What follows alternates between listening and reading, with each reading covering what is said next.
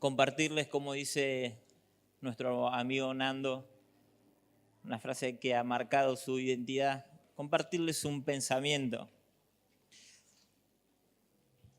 Saben que esto que David nos comentaba recién respecto del momento de las ofrendas, o de la ofrenda, una de las tantas tal vez.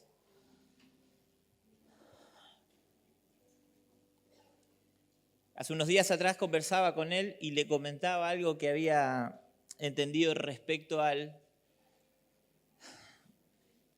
la disposición de lo que antiguamente era el tabernáculo, el templo. Y quisiera compartirlo con ustedes.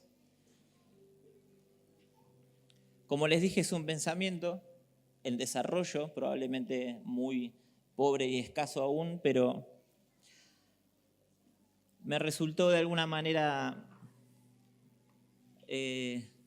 como una herramienta para entender algunas cosas. ¿Saben ustedes?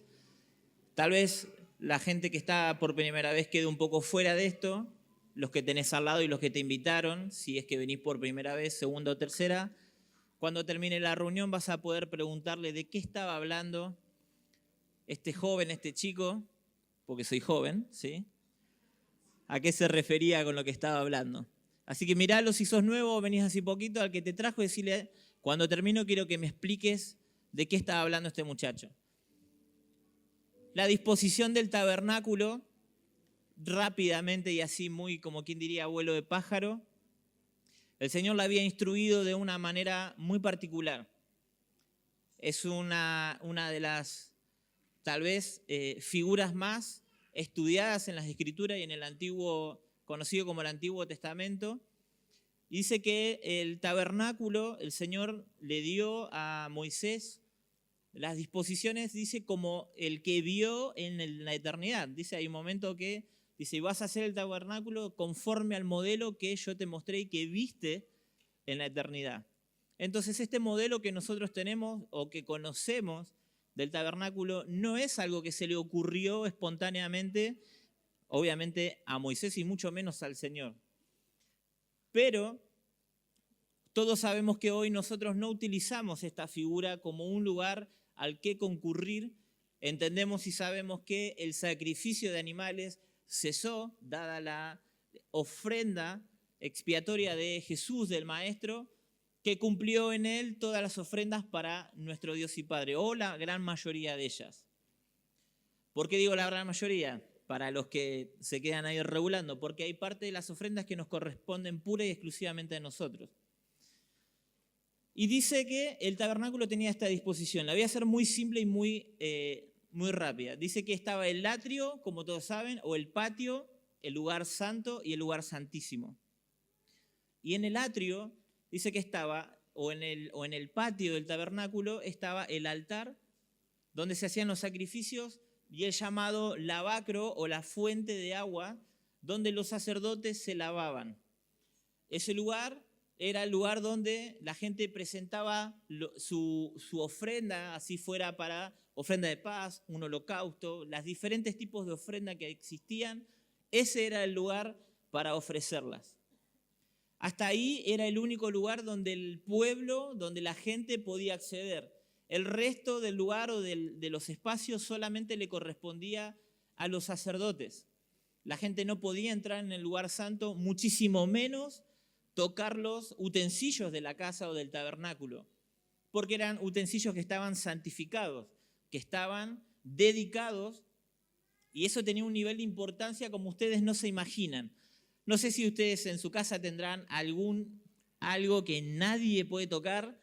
Eso es algo que de alguna manera se puede llegar a, como para tener una idea de lo que significa que algo está consagrado, dedicado y que nadie podía tocar. Los utensilios del tabernáculo eran así importantes y todo lo que había en él. Después tenemos el lugar santo.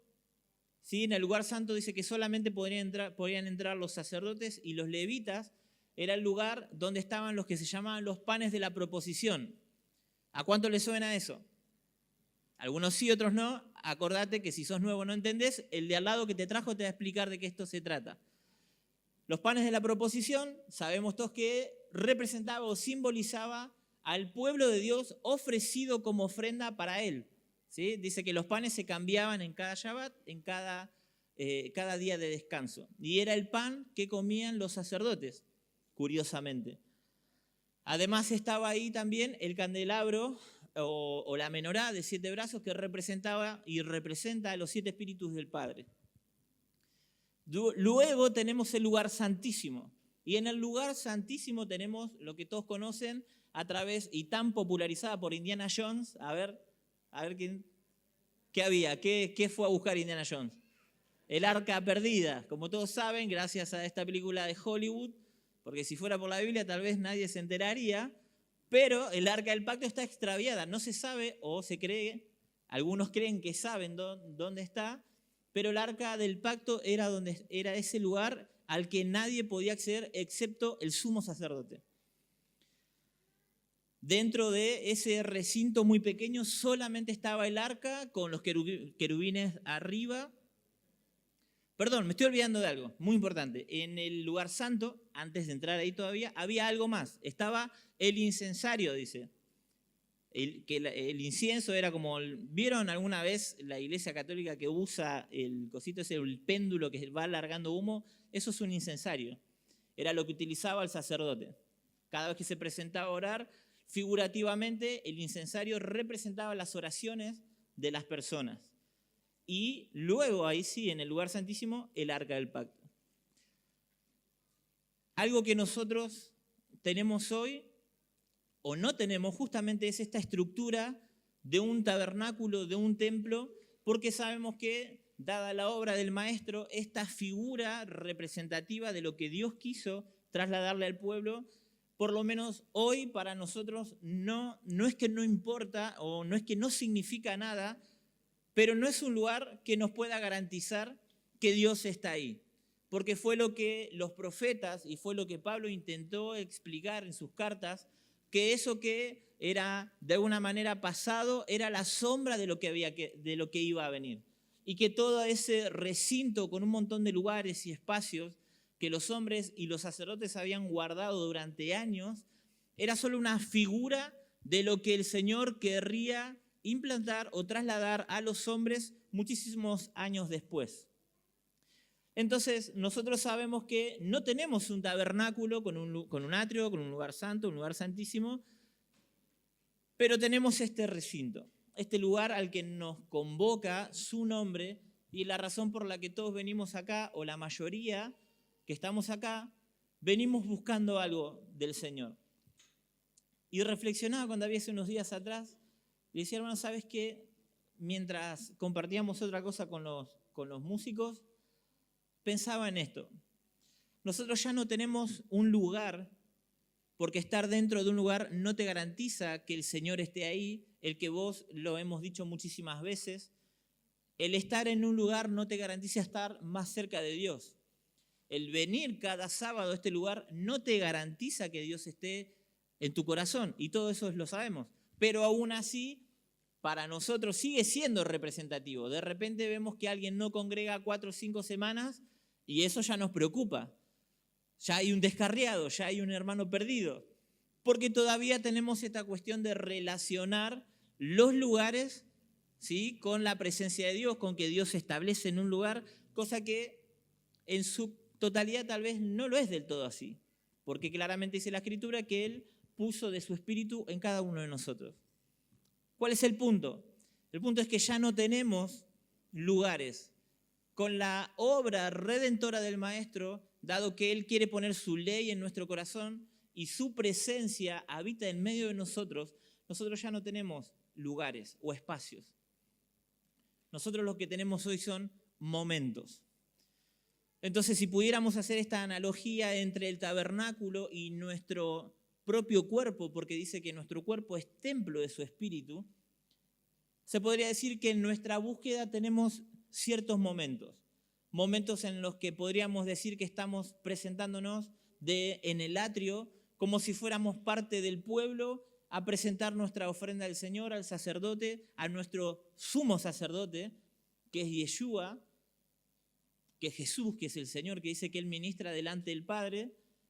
Luego tenemos el lugar santo, que es ese lugar donde ya no hay ofrenda de sacrificio, sino que hay una presentación de la vida propia, los panes de la proposición, nosotros presentándonos nosotros mismos como ofrenda al Señor, el incienso con nuestras oraciones y su espíritu, o como dice el profeta, sus espíritus moviéndose en ese ámbito.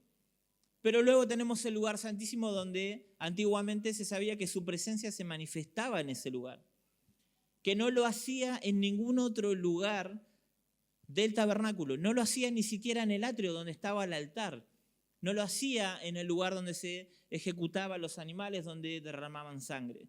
El Señor se manifestaba en ese lugar, en el más recóndito lugar de ese tabernáculo, y ese lugar era el lugar santísimo, donde una vez al año el sumo sacerdote ingresaba. Lo importante de ese lugar no era que el sacerdote ingresara una vez al año, sino lo importante era que ahí era donde su presencia se manifestaba, donde estaba el arca que representaba su presencia, y curiosamente dentro de esa arca estaba la ley, el pacto.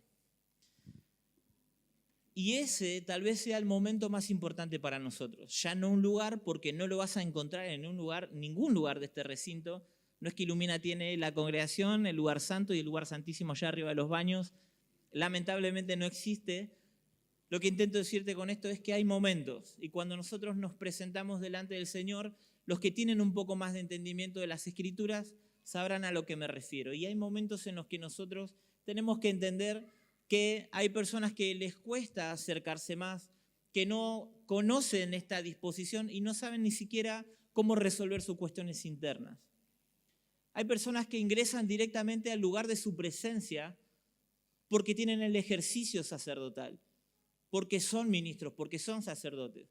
Pero hay gente que necesita de vos y de mí porque viene con su sacrificio, porque viene con su cabrita, porque viene con algo para dar, pero no tiene la menor idea de cómo hacerlo. Y hay gente que está ahí de invitada, mirando, expectante, qué lindo que canta, uy, cómo desafina aquel, cómo le pifió el batero. Y a esas personas hay que saber cómo acercarlas. El punto es que cuando nosotros venimos a este lugar tenemos que entender que dada la disposición del tabernáculo, nosotros lo que tenemos son diferentes momentos para acercarnos a Dios. Hay personas que lo hacen de 0 a 100 y hay personas que llegan y se van tal cual como vinieron, porque no pueden encontrar ese camino dentro, en una oración, en presentarse, en entender la diferencia entre presentar una ofrenda como alabanza y presentar una ofrenda de alabanza por otra persona. No entienden la diferencia entre el lavacro, que es para la purificación. Si nosotros tuviéramos acá una palangana con agua, el agua en sí no te purifica, pero era un símbolo de la purificación que se necesitaba para poder seguir ministrando al Señor. Toda esta simbología es muy interesante, es muy atractiva para los que les gusta el estudio o profundizar un poquito más, pero el fin de todo eso era que los hombres pudieran entender que toda esa figura el Señor quería trasladarla al propio ser humano, que el Señor no le importaba realmente la disposición de un tabernáculo, que no le importaba realmente si estaban adentro o estaban afuera, porque había muchos dentro, muchos sacerdotes ejerciendo el sacerdocio dentro incluso del lugar santo, haciendo uso de las cosas santas, haciendo uso de los instrumentos santos, pero su corazón estaba completamente lejos de él. Entonces, para que puedas entender esta analogía, lo único que tenés que entender es que hay momentos para acercarnos a nuestro Señor. No tenemos lugares, tenemos momentos. Tenemos el momento del atrio, donde nos presentamos, donde somos lavados antes de poder presentar nuestro sacrificio de alabanza. Luego está el otro momento, donde entramos al lugar santo, donde están los panes de la proposición, donde nosotros nos presentamos como ofrenda, donde están las oraciones, donde hacemos rogativas, donde nuestra oración sube como incienso. Ahora, luego está el momento del lugar santísimo. Ese momento es el más importante. Y acá muchos, podemos decir, tenemos diferentes puntos de vista. Y creo que está bien cualquiera de ellos. Hay personas que creen que se puede tener intimidad con Dios de forma masiva. Esto lo dejo para que lo decidas vos. Pero en mi perspectiva, creo que cuando hablamos realmente de intimidad y de su presencia, es algo muy diferente la intimidad con nuestro Señor cuando realmente tenemos intimidad, y la palabra intimidad tiene que ver con algo que es íntimo. ¡Wow! Qué inteligente, ¿no? La intimidad tiene que ver con algo que es íntimo. Por lo tanto, no es algo de lo que todos conozcan. La intimidad que yo tengo con mi esposa es algo que nadie conoce y eso lo hace único. La intimidad que vos tenés con Dios, eso es lo que te hace tu relación con Él única. Podemos compartir momentos, podemos deleitarnos en su presencia, pero la intimidad es otra cosa. Y ese es otro momento en el ascenso, por decirlo así, de la búsqueda de nuestro Señor. Así que esto era lo que quería compartirles y quería intentar que fuera más rápido, pero bueno, para que cada vez que estamos en este lugar, los que somos mayores o los que caminamos hace años juntos, podamos acompañar a las personas que vienen, que podamos acompañar a los que nosotros traemos y que no los dejemos ahí como, che, traje a alguien nuevo, ¿eh? Nos vemos al final de la reunión, ¿me lo mandás con los pibes cuando bajan de EFI? Es nuestra responsabilidad, familia, ¿sí? Bueno, ahora sí vamos a la parte importante que no es lo que yo pienso. Así que antes de comenzar me gustaría que te puedas poner de pie un segundo.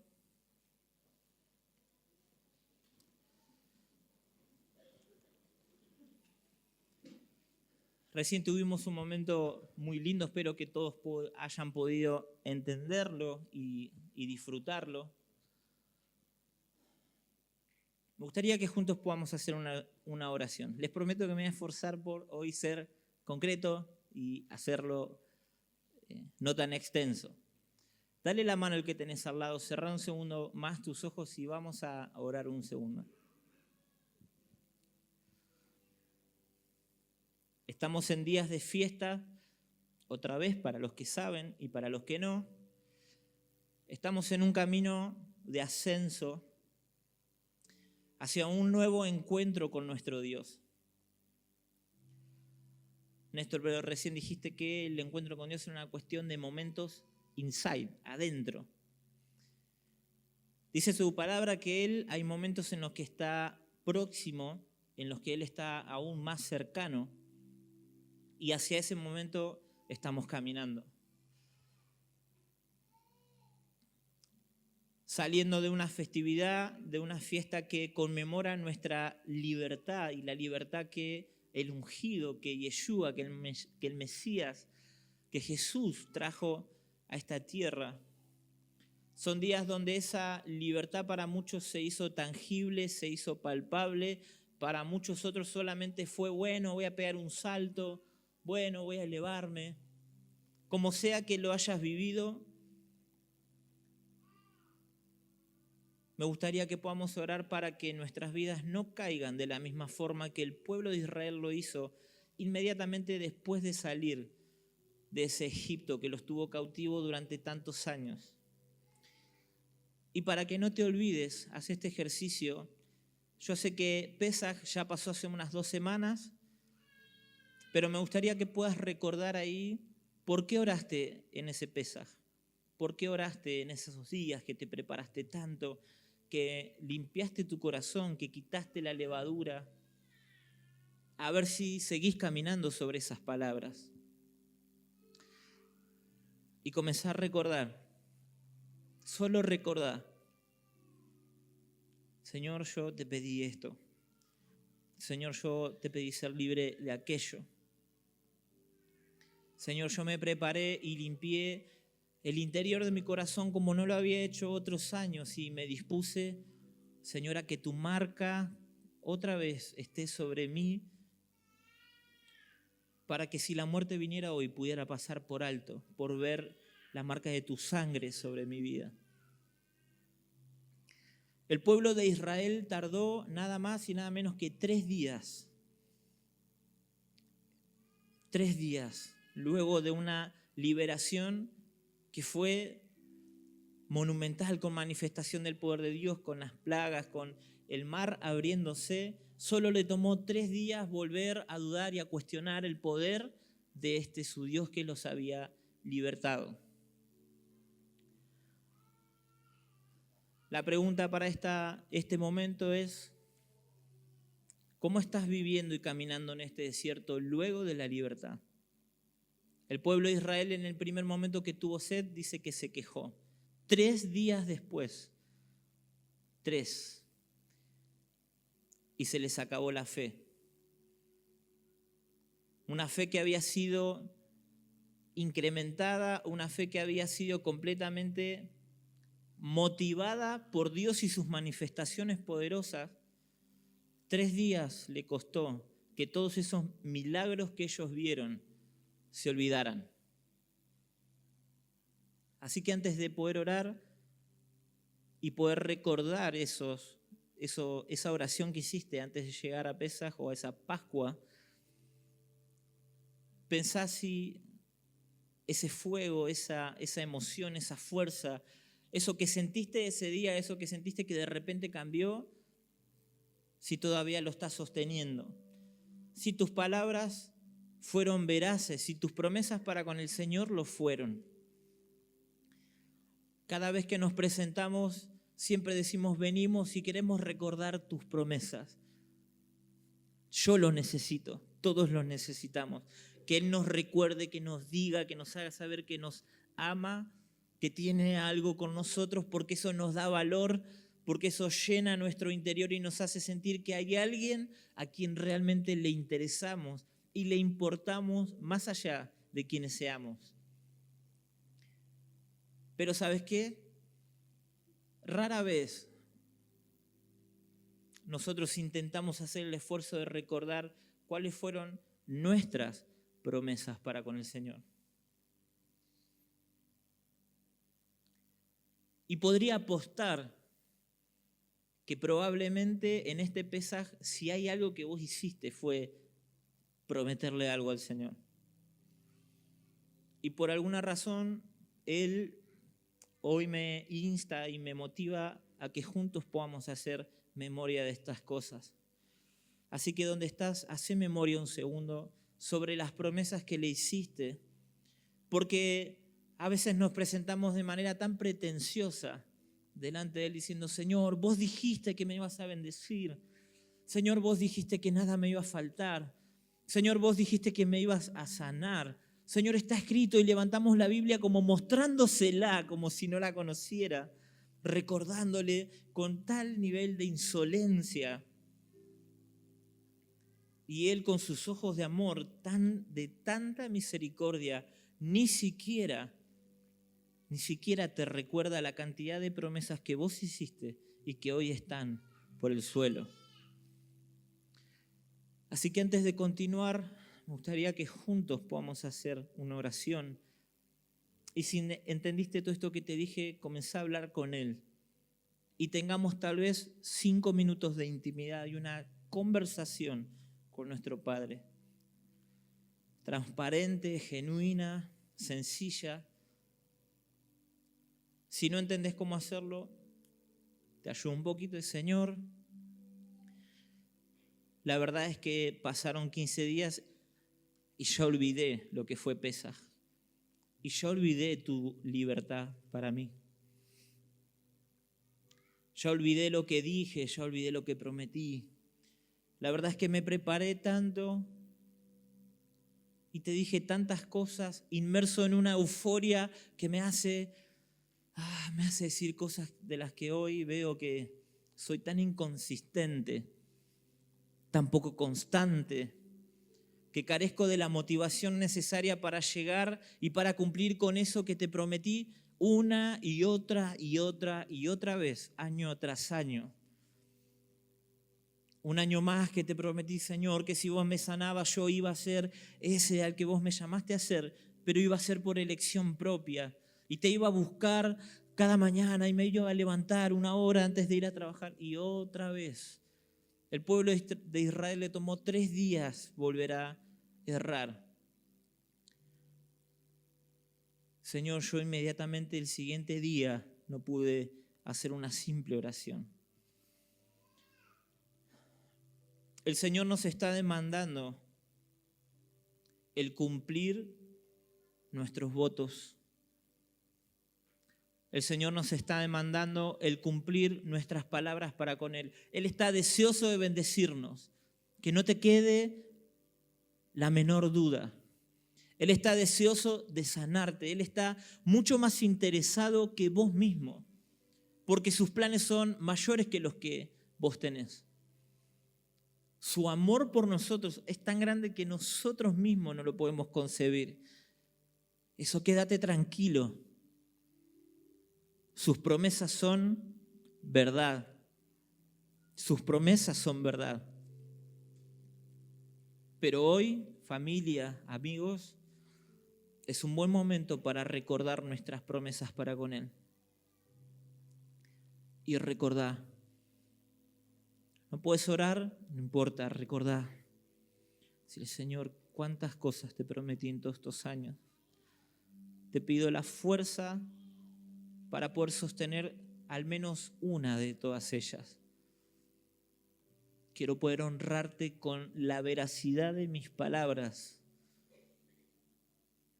con el intento torpe tal vez de intentar una y otra vez el hacer alguna de las tantas cosas que te prometí. El hacer o el ser diferente o el ser de otra manera o al menos procurarlo. Señor, yo tantas cosas te prometí que no quiero irme hoy sin recordar algunas o al menos una,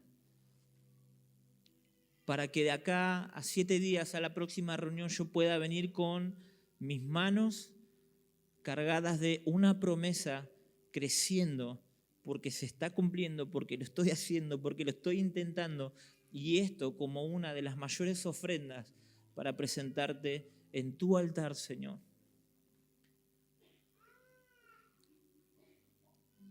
Señor, rogamos a tu Espíritu que pueda darnos esta facultad. Todos sabemos, no somos perfectos, Señor, pero hemos sido tan tibios, tan blandos en tantas cosas. No hemos puesto foco en lo importante, no hemos invertido en aquello que nos enriquece, que le da vida a nuestra existencia. Señor, yo te ruego que tu Espíritu pueda traernos a memoria no solo tus promesas, porque vos sos tan fiel, tan justo, tan verdadero, porque como está escrito, es por tu propio nombre que las cumplís, no por nosotros, porque si de nosotros dependiera, Señor, el pacto se habría caído millones de veces, pero es porque vos sos fiel que tus promesas se cumplen.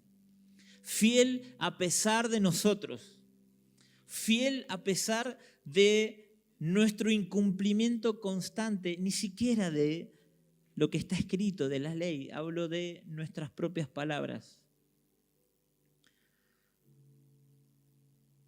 Espíritu Santo, por favor, ayúdanos a recordar y a tener la conciencia hoy de levantar alguna de estas promesas caídas y honrarte de esa forma y traer honra a tu casa de esta forma, cumpliendo mis promesas. Te honramos, Señor, porque tus promesas son tan hermosas. Han sido un faro durante años para mí, que he sido un barco a la deriva, Señor, y cada vez que las veía encontraba nuevamente el camino, encontraba el norte.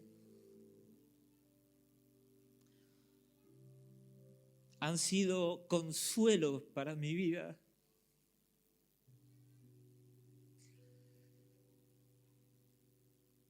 Ver hacia atrás y ver tu fidelidad, Señor, ha sido la mayor de mis satisfacciones. Cuánto quisiera hoy, Señor, poder honrarte, al menos cumpliendo una siquiera de mis tantas promesas hacia ti.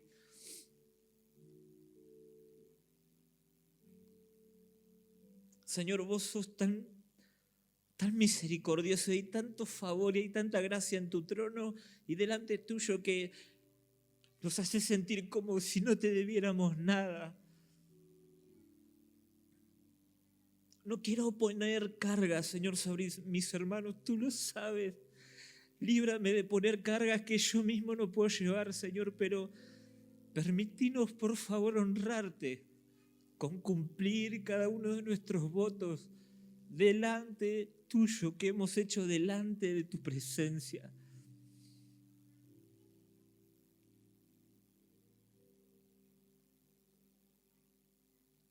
Por favor, Señor.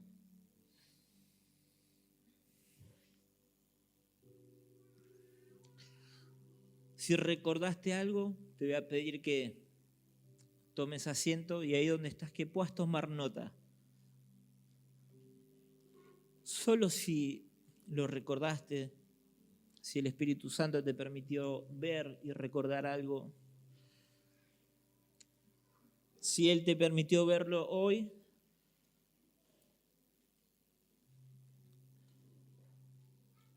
que en su amor y su misericordia te dé la facultad de poder llevarlo a cabo.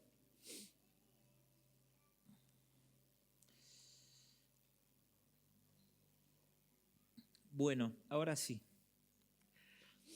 Me gustaría que puedan abrir sus Biblias en Juan capítulo 8, verso 31.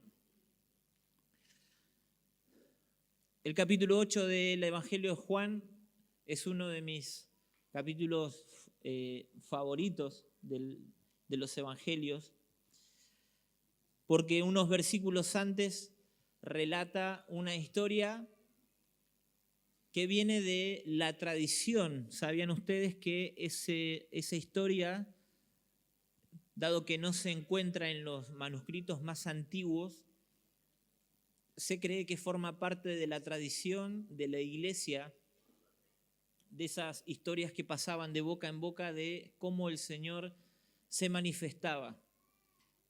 Y fue incluida unos años después. Es una de las historias que más tal vez nos representa como humanidad o como su pueblo. Es la historia de la mujer adúltera. ¿Les suena? A los que vieron The Chosen, tremenda escena.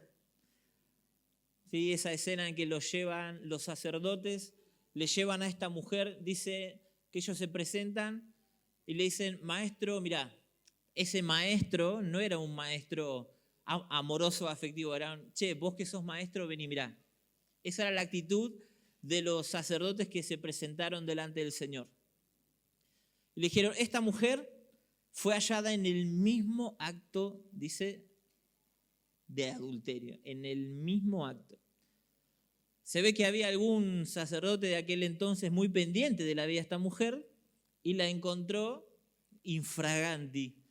Dice que la llevaron delante del Señor y le dijeron, a ver vos que sos maestro, a ver vos que sabes de la ley de Moisés dice que hay que apedrearla. ¿Qué hacemos con esta mujer? Y fue una de los relatos de las Escrituras más trascendentes, dado que la respuesta del maestro es la que menos se habrían esperado estos tipos, al igual que cada respuesta que él daba, pero esta particularmente los dejó atónitos, y la respuesta del maestro fue, el que esté libre de pecado, que arroje la primera piedra, ¿no? De hecho, de ahí han salido como modismos, ¿no? Cuando la gente dice, no, ya están ahí preparando las piedras para, ¿sí? Aludiendo a un fariseo, a alguien que está todo el tiempo así, ¿no? Esperando el error de alguien como si él no tuviera un error. Y dice que el maestro en ese momento, mientras los escuchaba y ellos le demandaban a él una devolución de que juzgara esta situación, dice que él estaba inclinado y escribiendo en tierra. Y esto fue algo que a mí me mantuvo, que fue algo a lo que volví a las Escrituras una y otra vez durante mucho tiempo.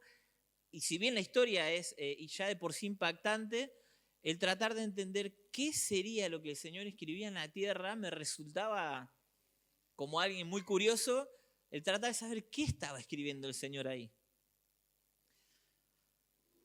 Y después vamos a volver a eso. Los voy a dejar ahí con la expectativa. Vamos a ir al 8:31. Cristian me hace sigo diciendo, no, me puedes dejar así. Después vamos a volver a ese momento. Pero bueno, el 8:31 dice así. Dijo entonces Jesús a los judíos que habían creído en él. ¿Lo tenemos acá? Sí, por no sé qué versión tenemos. Dijo Jesús a los judíos que habían creído en él: si vosotros permaneciereis en mi palabra, seréis verdaderamente mis discípulos. Y conoceréis la verdad, y la verdad os hará libres. Le respondieron: linaje de Abraham somos, y jamás hemos sido esclavos de nadie. ¿Cómo dices tú seréis libres? Jesús les respondió: de cierto os digo que todo aquel que hace pecado, esclavo es del pecado. Y el esclavo no queda en la casa para siempre, el hijo sí queda para siempre. Bueno, hasta ahí. Como les dije, mientras orábamos recién, estamos en época de fiesta. ¿Cuántos recuerdan la fiesta que pasó hace unos 15 días atrás? Pesaj, muy bien. ¿Hacia qué fiesta nos estamos dirigiendo? No, afuera. Las piedras. ¿Qué fiesta nos estamos acercando? Muy bien. Estamos haciendo, como quien dice, la cuenta de los 50 días hasta Shavuot. Y si bien el tema de la libertad pareciera que listo, ya pasó la fiesta, somos todos libres, ahora no hay de qué hablar, ¿no? Pero me gustaría que podamos ver algo que muy brevemente tuve el placer de poder compartir con los jóvenes hace una semana atrás, y me gustaría compartirlo con todos. A ver, los jóvenes que estuvieron, los quiero así, veloces, porque ese día estaban re lentos. Así. La verdad que fue una experiencia maravillosa compartir con ellos. Para los que no saben, miren, tengo 33. Porque siempre me cuento uno menos y mi esposa siempre me corrige, como ella es más grande. No quiere que haya tanta distancia entre nosotros, pero bueno. Y la verdad es que hablaba con muchos o con algunos de los líderes y les decía, la verdad que me cuesta con los pibes porque tengo 33, pero me siento tan lejos de ellos, dado que las generaciones avanzaron tanto. Creo que ya les conté alguna experiencia laboral con mis compañeros, son muy jóvenes, pero la verdad fue muy enriquecedor, fue muy bueno, y poco a poco me voy convirtiendo en un pibe piola, así que si se me escapa algún modismo cheto, bánquenme. ¿Saben ustedes que el maestro acá de lo que les estaba hablando era sobre la libertad? Un pasaje que todos conocemos, una frase muy repetida y que hemos escuchado muchísimos años. Es esa frase en la que el Señor dice que solo la verdad puede hacerte libre. Y dice, los judíos que habían creído en Él, dice, pero ¿cómo libre? Si nosotros no somos, nunca fuimos esclavos de nadie. Igual olvidándose un poquito, ¿no? Porque dice, somos descendientes del linaje de Abraham y nunca fuimos esclavos de nadie. Bueno, ese no había leído la Biblia, evidentemente. Pero bueno, la actitud o la respuesta de ellos, dado que para los que no conocen la historia, en ese preciso momento en el que el Señor les estaba diciendo esto, ellos estaban gobernados por el Imperio Romano. Entonces la respuesta de este probablemente sacerdote fue algo extraña. Si ustedes se fijan, se podría considerar con algunos errores argumentales. Vos decís, ¿cómo yo soy linaje de Abraham y nunca fui esclavo de nadie? ¿Cómo vos me venís a decir a mí que yo voy a ser libre?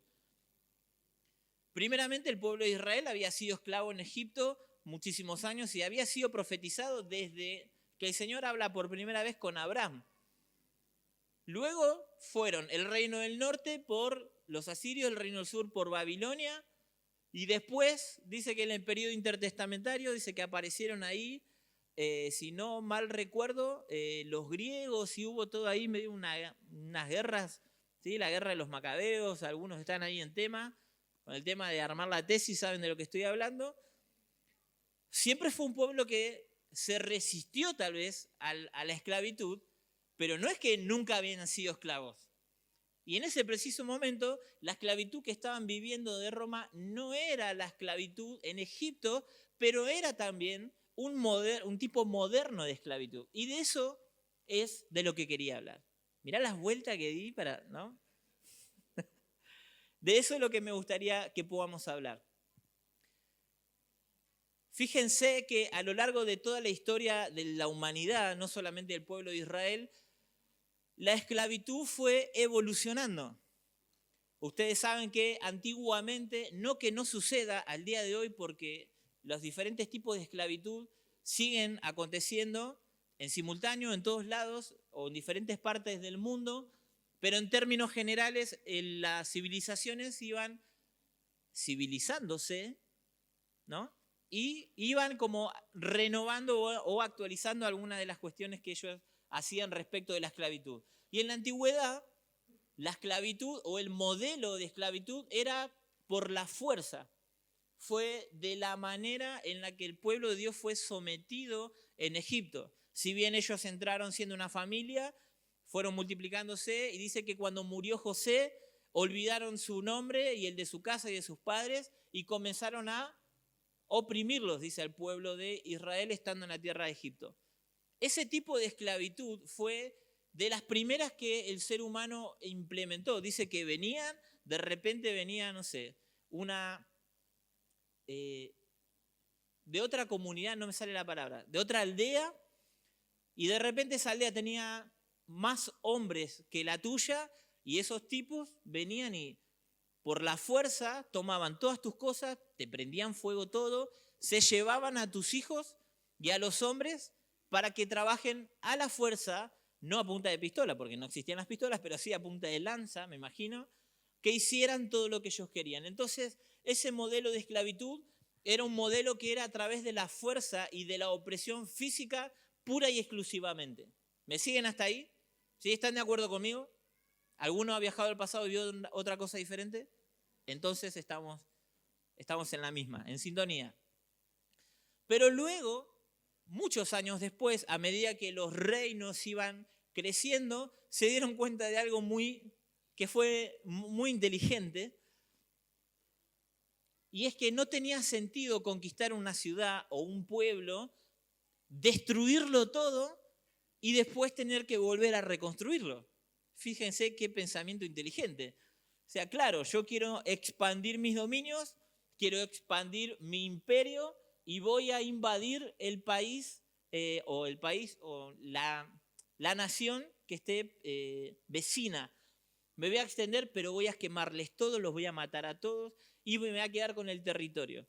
Eso provocaba un problema, que luego ese territorio, para que no lo volvieran a recuperar o que otras naciones no lo tomen, tenían que poblarlo. Entonces tenían que mandar gente de acá para allá. ¿Sabían eso? Entonces dijeron, no, pará, esto tiene que cambiar porque nos estamos expandiendo mucho, pero ganamos tierra porque los matamos a todos y después de 1, 2, 3 años, cuando nos dimos cuenta, se nos metió gente de otro lado porque no podemos controlar la cantidad de territorio que estamos pudiendo conseguir. Esto era algo que pasaba y por muy curioso que les parezca, eran debates que tenían los reyes antiguos. Y ahí era donde decidían, bueno, vamos a tomar toda esta parte de la población y la vamos a mandar allá. Se puede considerar como una deportación, como para decir, bueno, vamos a establecer nuestra cultura en este lugar para que nadie la conquiste. ¿Me siguen hasta ahí? Hasta acá, tranquilos, son datos, es historia, para poder entender la esclavitud. Entonces estos tipos dijeron, no, pará, esto tiene que cambiar. Tenemos que encontrar otra manera de cómo seguir siendo grosos, cómo seguir ganando territorio, pero no podemos volver a reconstruir todo de nuevo. ¿Quién compra una casa y la destruye, a menos que esté obviamente detonada, y la destruye para volver a construirla de nuevo? Quédate donde estás. Te compras 2 casas con lo que invertís. Entonces estos antiguos dijeron, bueno, vamos a cambiar nuestra forma de conquistar. Y las conquistas cambiaron. Ya la esclavitud se tornó de repente en un nuevo modelo de esclavitud. Dice que antiguamente los ejércitos lo que hacían era rodear y sitiar las ciudades. Las ciudades no eran lo que son hoy, imagínate. Granbur es probablemente 100 veces más grande de lo que eran las ciudades antiguamente, pero se hacían lo que se llamaban sitios, se sitiaba a una ciudad. Eso lo que lograba era que la gente que estaba adentro, una de dos, o se rendía o se moría, porque los sitiaban de tal forma que no les permitían salir. Incluso en la Edad Media hubo gente que estaba mal de la cabeza, tremendamente endemoniado, y lo que hacían era, sitiando la ciudad, lanzaban muertos, ¿sí?, con catapultas así, y lanzaban muertos dentro de la ciudad para que la gente se enfermara, para que la gente muriera enferma, para que no les quede otra más que golpear las puertas y decir, por favor, déjenos salir. Le pedían entonces a su rey que se rindiera porque se estaban acabando los alimentos que había adentro, entonces no tenía otra opción el rey de esa ciudad que rendirse frente a la presión de este conquistador. Este rey se terminaba rindiendo diciendo, bueno, listo, ya está, me ganaste. Si yo me sigo quedando acá por defender mi territorio, se me termina muriendo la gente y no tengo un pueblo al que defender. Claramente presentaban la presentaban la rendición y este pueblo era conquistado.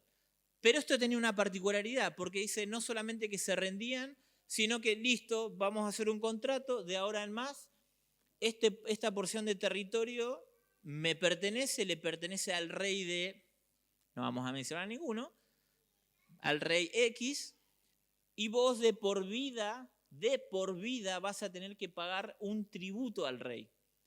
Vos seguís viviendo acá, nadie te va a molestar, pero vos no podés salir de estos límites, vos no podés comercializar con tal o cual persona, vos no podés hacer tal o cual cosa, preservá si querés tu cultura, si querés guardar el sábado, guardalo, si querés... Eso era lo que estaba viviendo el pueblo de Israel en aquel momento.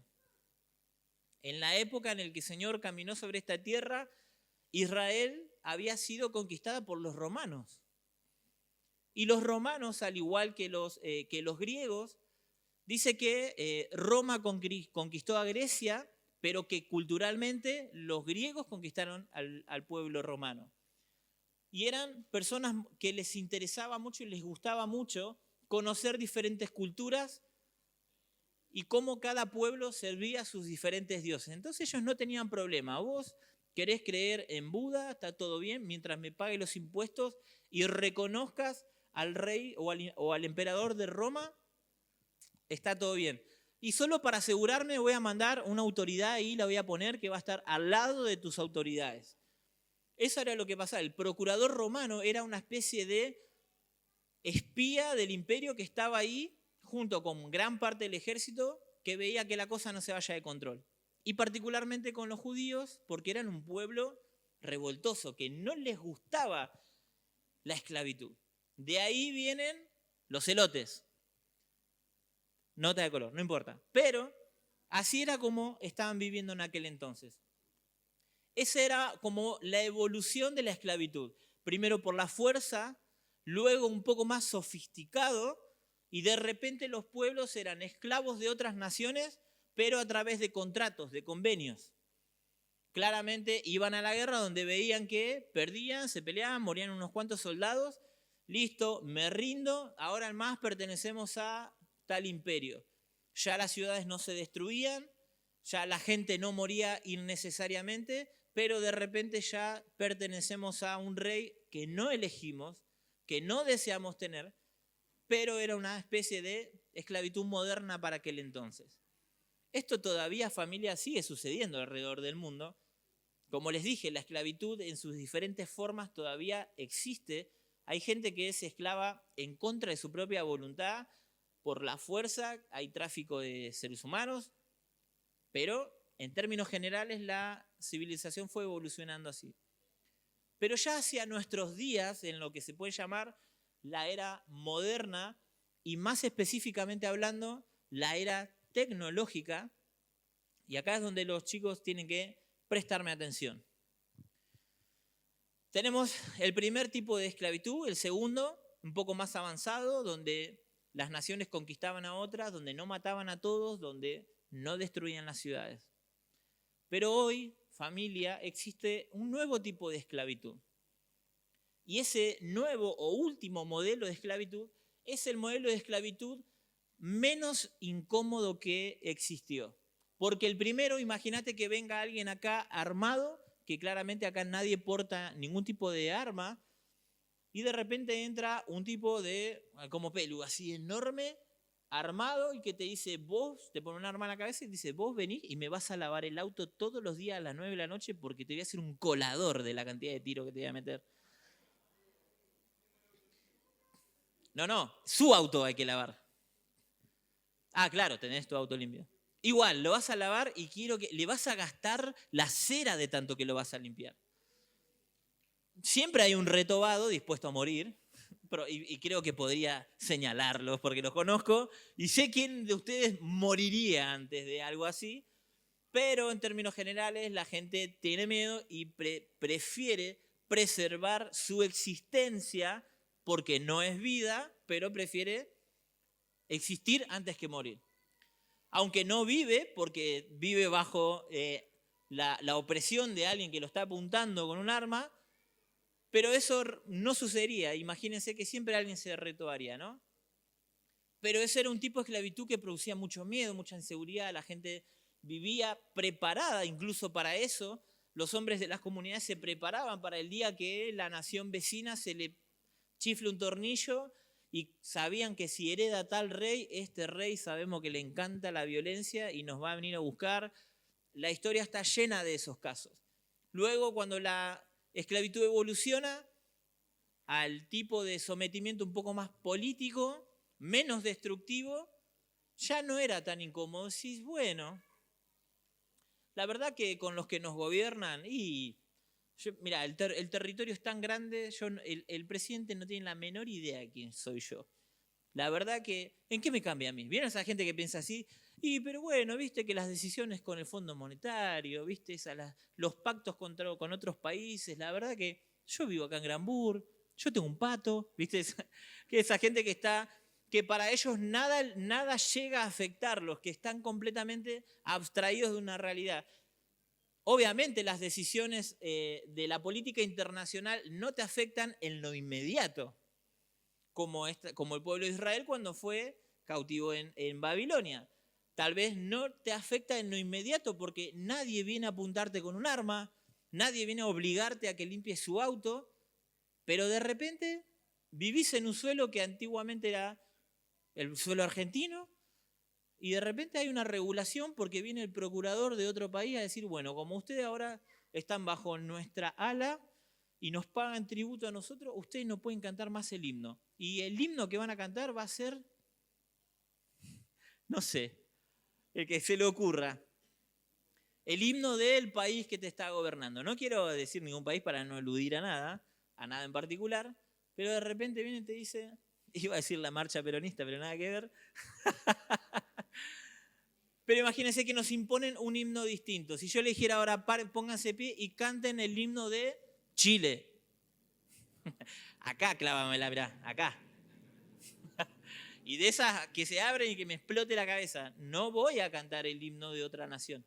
Bueno, de esa forma es como poco a poco ese tipo de cautividad, ya un poco más moderna, que no te afecta inmediatamente, pero a la postre o al mediano y largo plazo vos ves que de repente no sos verdaderamente libre. Antes porque tenías un grillete y era evidente que no podías hacer con tu vida lo que querías. Ahora de repente esa esclavitud un poco más moderna te permite hacer algunas cosas. No sé si está Dana por ahí, yo a Dana le mandé para que ella pudiera ver un documental, se los recomiendo en Netflix, podemos mencionarlo porque no paga publicidad, pero no importa, que se llama Invierno bajo fuego.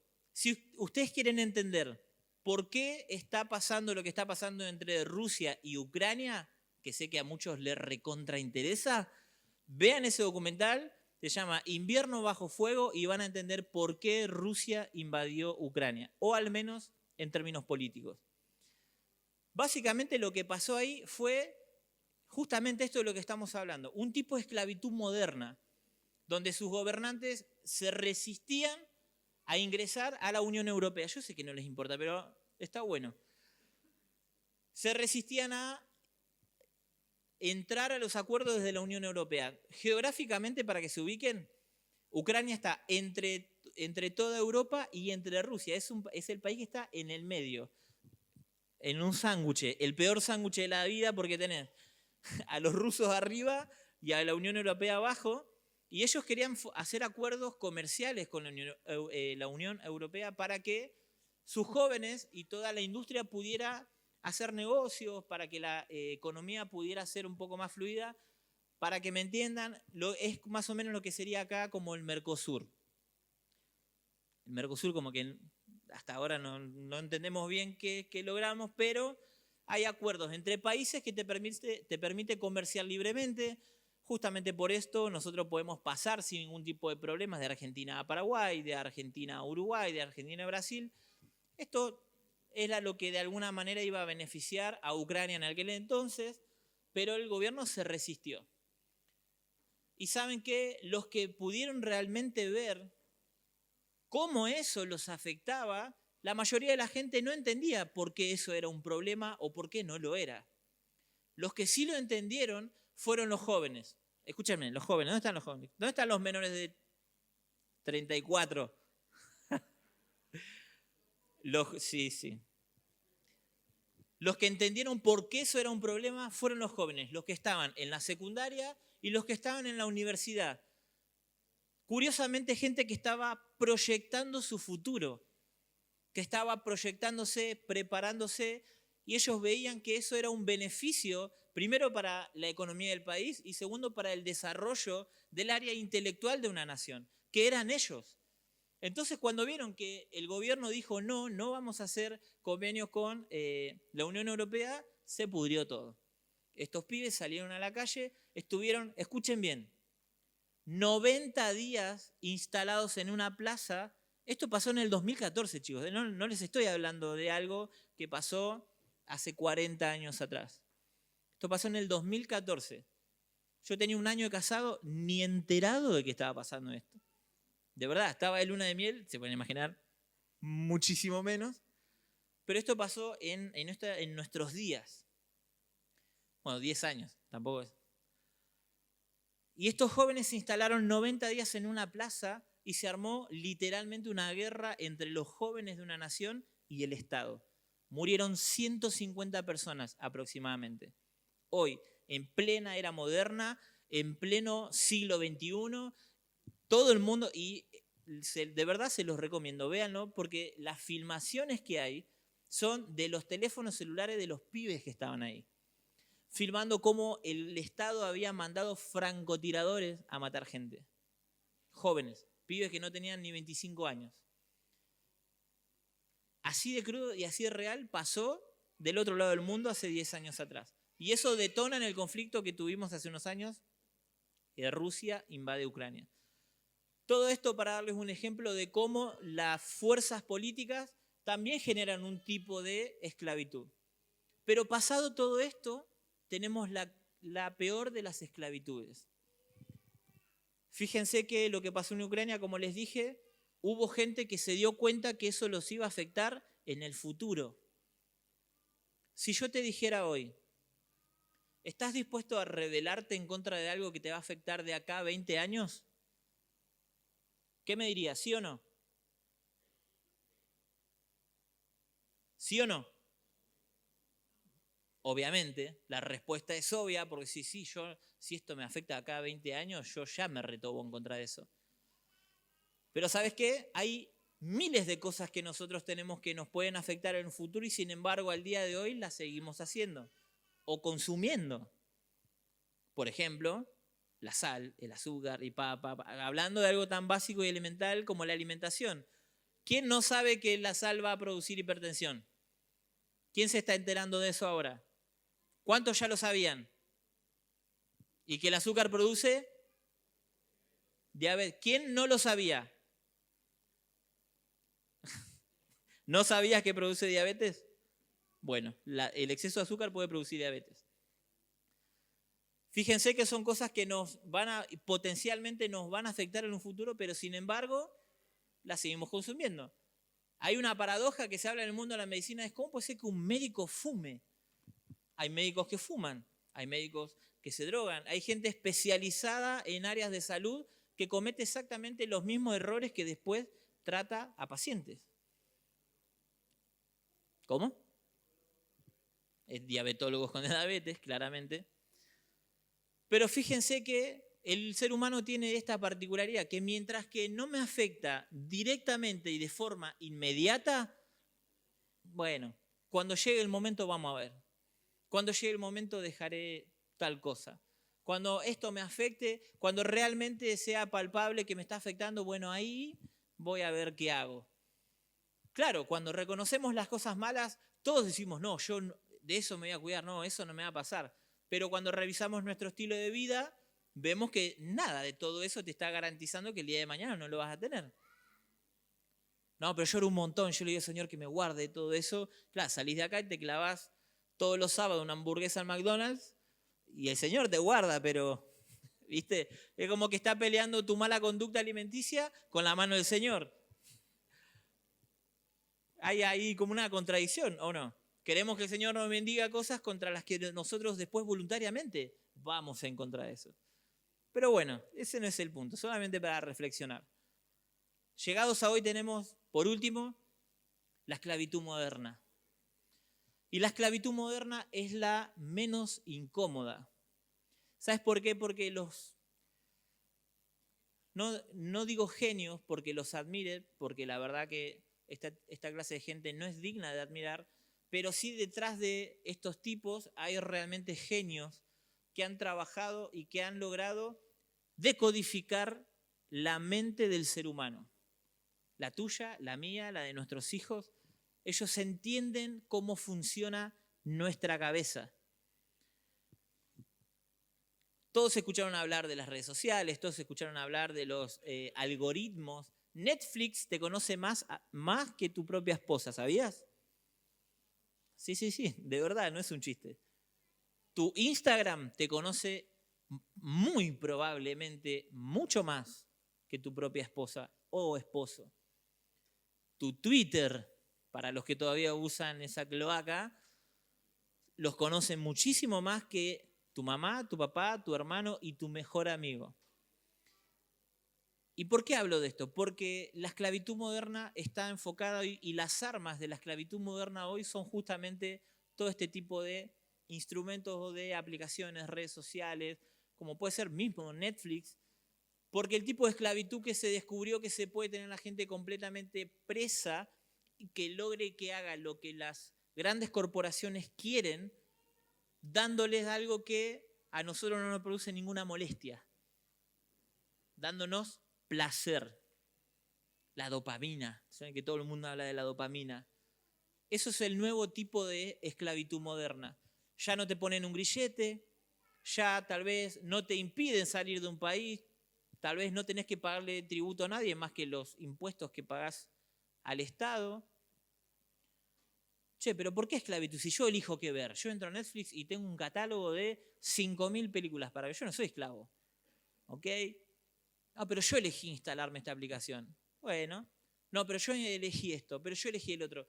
Déjame decirte que ese es el nuevo tipo de esclavitud moderna. Porque ni aunque quisieras hoy, y podría apostar que ni aunque quisieras hoy, y todos los que estuviéramos acá, nos comprometiéramos a desinstalar muchas de estas aplicaciones de nuestro teléfono, sería cuestión de días hasta que cometas el error de volver a instalarla. Por muchas razones. Primero y principal, ¿sabes por qué? Algunos creen que es por el entorno, pero la realidad es que lo primero que te demanda volver a instalar alguna de estas aplicaciones es la dopamina que está requiriendo tu cerebro. Es el sentir que te quedas afuera de la información, que no te estás enterando de lo que todos hablan, de los videos que se hicieron virales. En mi trabajo, a la hora del desayuno, del almuerzo, todo el mundo está compartiendo el video viral del día y vos no te querés quedar afuera, claramente. Entonces, este tipo de esclavitud moderna es la que tenemos hoy. lamentablemente. La frase que le compartí a los chicos en la reunión de jóvenes fue esta. No sé si se me ocurrió a mí, pero por las dudas no la pongan como, como la frase de Néstor. Una persona que es verdaderamente libre, familia, no es una persona que pueda hacer lo que quiera. A ver los jóvenes si se acuerdan, ¿quién es verdaderamente libre? Bien los jóvenes ahí. Una persona, a ver, Car, ¿cómo? Ah, no estuvo, Car, no estuvo. No. La persona verdaderamente libre, familia, no es la que puede hacer todo lo que quiera, sino aquella que puede decirle que no, incluso a sus propios deseos. Y este es el tipo de esclavitud moderna que tenemos nosotros. La esclavitud de nuestros propios deseos. Nos mantienen presos, las tinieblas nos mantienen presos de tus propios deseos, de nuestros propios deseos. Y claro, venimos de Pesaj, somos todos libres, cantamos, ¿no? Alabamos al Señor, Él me hizo libre, pero cuando llega nuevamente la semana, claro, tal vez hay cosas palpables o prácticas que uno ya no realiza, ya no hace, pero después están las peores de las esclavitudes, que son las internas. La esclavitud del pensamiento retorcido, la esclavitud del pensar siempre negativamente, del pensar mal de las personas. Estoy siendo muy conservador, ¿no? Muy cuidadoso. Entonces, de alguna manera, la esclavitud tiene toda esta evolución a través de los años. Y me gustaría volver al pasaje en la que el maestro evoca la verdad y le dice, si ustedes recibieran mi palabra, dice, conocerían la verdad y la verdad los va a hacer verdaderamente libres. Y la palabra para nosotros hoy es el querer ser verdaderamente libres. Porque acá, aunque no lo creas y te cueste aceptarlo, es la parte en la que nosotros no estamos decidiendo ser verdaderamente libres. Porque el tipo de esclavitud que tenemos nos produce placer. Porque el tipo de esclavitud que tenemos nos gusta. No, si alguien viniera y me pegara, yo obviamente me resistiría. Y sí, todos lo haríamos. No, si me impidieran salir del país, yo me rebelaría porque yo soy libre. Claro que sí. Si me impusieran el cantar el himno de otro país, ni loco, antes muerto que traicionar mi patria, obviamente.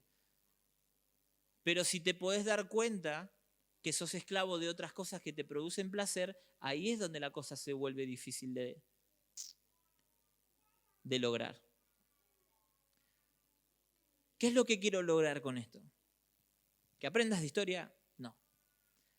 Que puedas identificar y que puedas entender que la libertad que nuestro Señor nos propone o la libertad que Él nos trae a través de su verdad es la libertad de aquella que una persona puede decidir incluso sobre su propio deseo y decir, no, esto no lo hago porque tengo una causa mayor. Esto no me gobierna, esto a mí, como dice el Señor, porque el que peca es esclavo del pecado. Se terminó y ahí no hay teología y ahí no hay punto, se terminó. Es esclavo, el que peca es esclavo del pecado. Y la esclavitud moderna es de las más difíciles de romper. Como les dije, estamos en un periodo de fiesta, aunque nos toca hablar de temas un poco intrincados. Y mis palabras son hoy para recordarte que venimos de hace 15 días atrás, de una fiesta que evoca la libertad, que inspira a libertad, que la limpieza de tu interior, del sacar la levadura, de prepararte para ello, te lleva a anhelar la libertad. Siempre dije lo mismo, a nosotros como latinos nos cuesta hablar de libertad y conceptualizarla porque hemos crecido en una sociedad medianamente libre. Los que lo tienen muy claro y lo llevan en sus genes son los negros. De verdad. ¿Cuántos vieron las iglesias gospel en Estados Unidos? cómo esos tipos manifiestan su alabanza al Señor de una manera en la que acá un poco más hay que agarrarlos a palazo para que levanten las manos.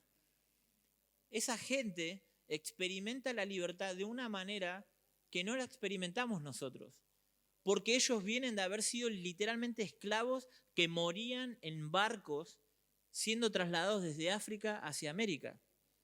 Eran esclavos con grilletes, no podían decidir sobre su propio cuerpo.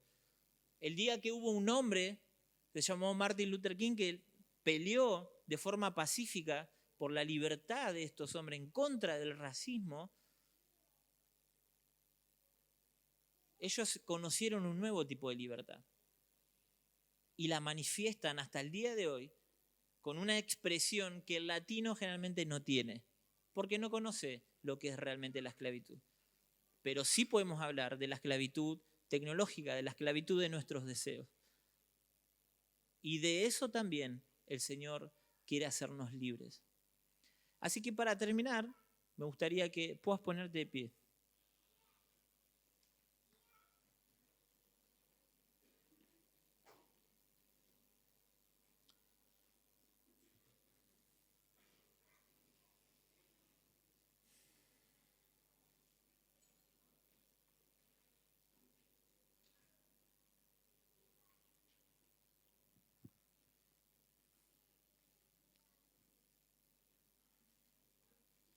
Vieron que cuando hablamos de temas que tienen que ver directamente con nosotros, el ambiente como que se tensa un poquito, ¿no? Donde ya no podés mirar al de al costado y codearlo y decirle, ¿viste? Está hablando de vos. ¿Cómo no vino este hermano? Mira, qué bien que le vendría esta palabra. Llegás a tu casa y el que no fue, no sabes, tendrías que haber ido. Te hubiera hecho de bien esta palabra. Qué fariseos que somos a veces, no siempre con la piedra lista. Tal vez el Señor esté ahí mirándonos, escribiendo en tierra. Vaya a saber uno qué. ¿Sabes qué? Antes de que podamos orar, vos tenés que saber algo. Lo que hicimos hasta ahora fue poder tener conciencia de lo que es la libertad. Y muchas veces para entender un concepto, algo que aprendí de muy chico, una de las formas que a mí me resultó muy práctica es tratar de ver qué es lo inmediatamente opuesto. Y para poder hablar de libertad hay que entender la esclavitud. Y leyendo, yendo un poco más allá, me di cuenta de que somos esclavos todavía. Y tenemos, tal vez, dado que está profetizado en los tiempos que vivimos hoy, quizás la peor de las esclavitudes. La esclavitud del alma. Hubo hombres que fueron esclavos con grilletes. Hubo hombres que se les ha impedido la libertad de poder tomar decisiones, pero en su interior eran hombres completamente libres del tipo de esclavitud que vos y yo experimentamos hoy. Y no te estoy haciendo elegir entre una esclavitud u otra. Lo que intento decirte es que nuestro Señor intenta hacernos verdaderamente libres. Y el único que puede hacerlo es Él. Libres. Y cuando digo libres, es libres. Ahí es donde tu pedido de libertad tiene que volverse un clamor. Decís, bueno, Nes, pero yo no estoy siendo preso de todas esas cuestiones tecnológicas porque la verdad que no caso un fulbo. Yo todavía tengo un StarTAC que apenas me comunico con mis nietos. Qué bueno. Pero ¿sabes qué? La esclavitud también consta de un alma que está cautiva, que está presa. Almas que están esclavas de enfermedades. Almas, el alma de los seres humanos, esclava de enfermedades. Esclavas de pensamientos y de raíces de amargura. De situaciones que no estás dispuesto a exponer y que están contaminando todo. ¿Sabés que el pecado, dice la Escritura, que es un fruto? Hablábamos con Ruth y ahí reflexionábamos juntos sobre esto. Dice la Escritura que el pecado es un fruto, que es algo que sale así, que se manifiesta.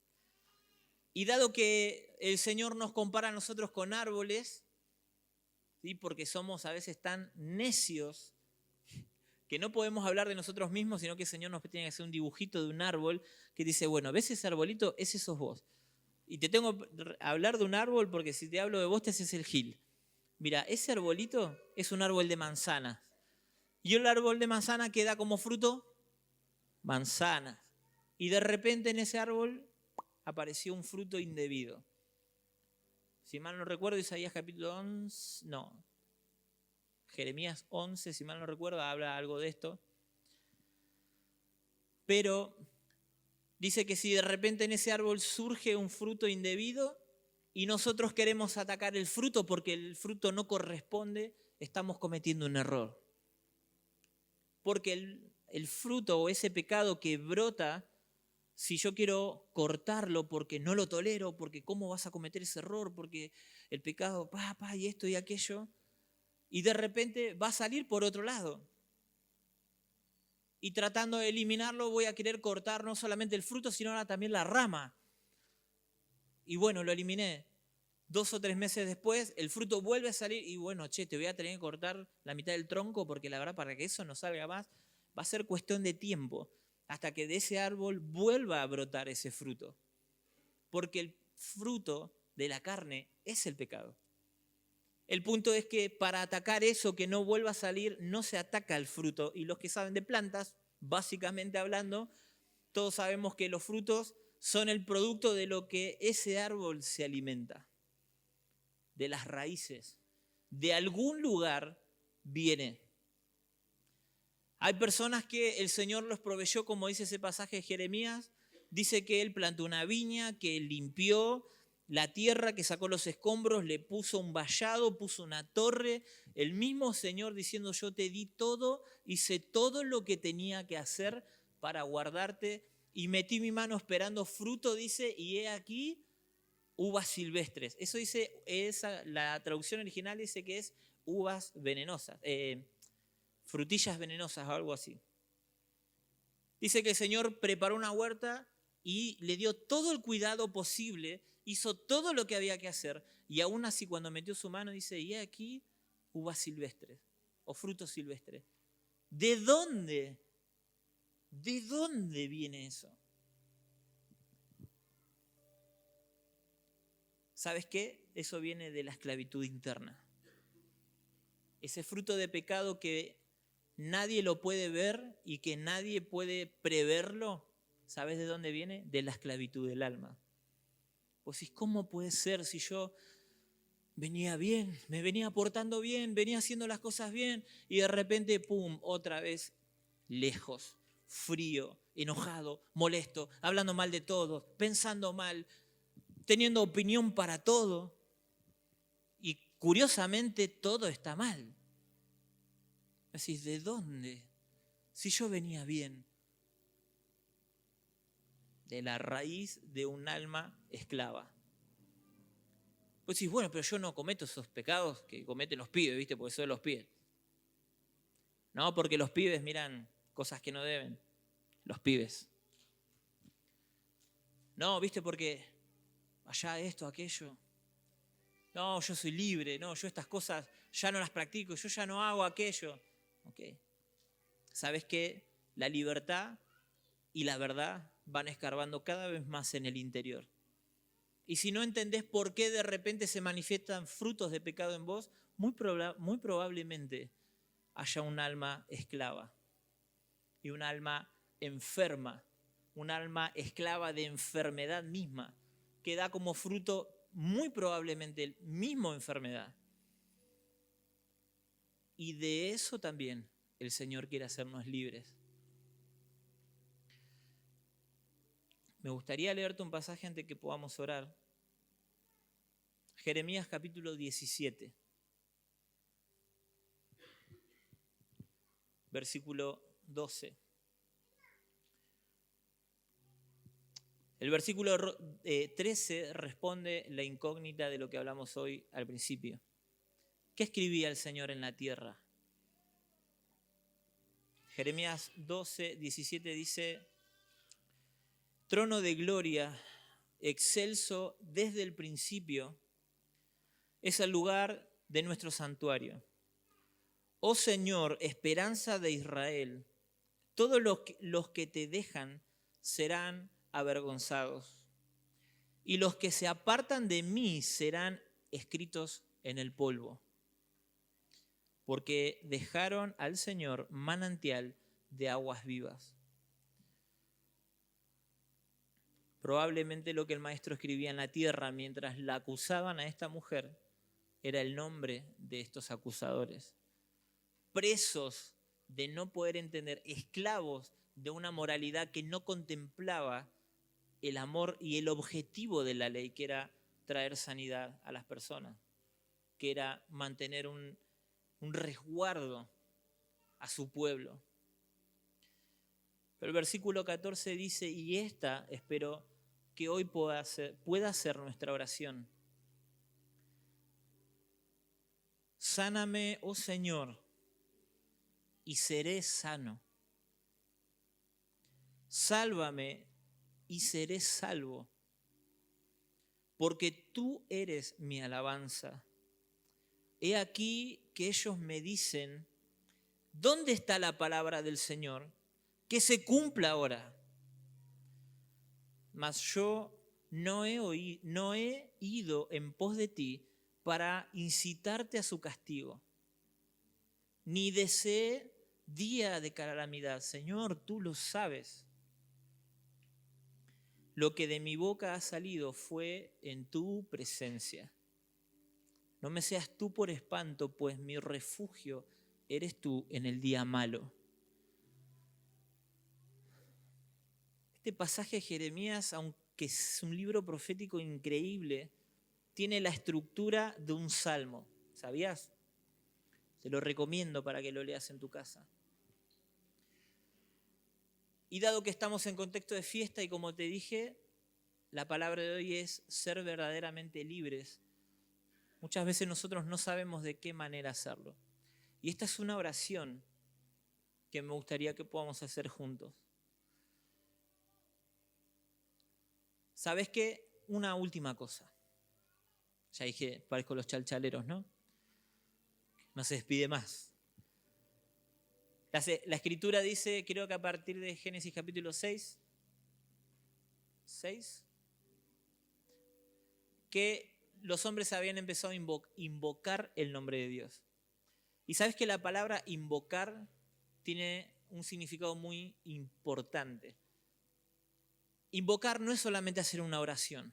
Invocar tiene que ver con una actitud de reconocimiento. Y está asociado a un acto físico. El acto físico es este. Levanta tus manos conmigo así. Manténlas ahí y mira arriba ahora.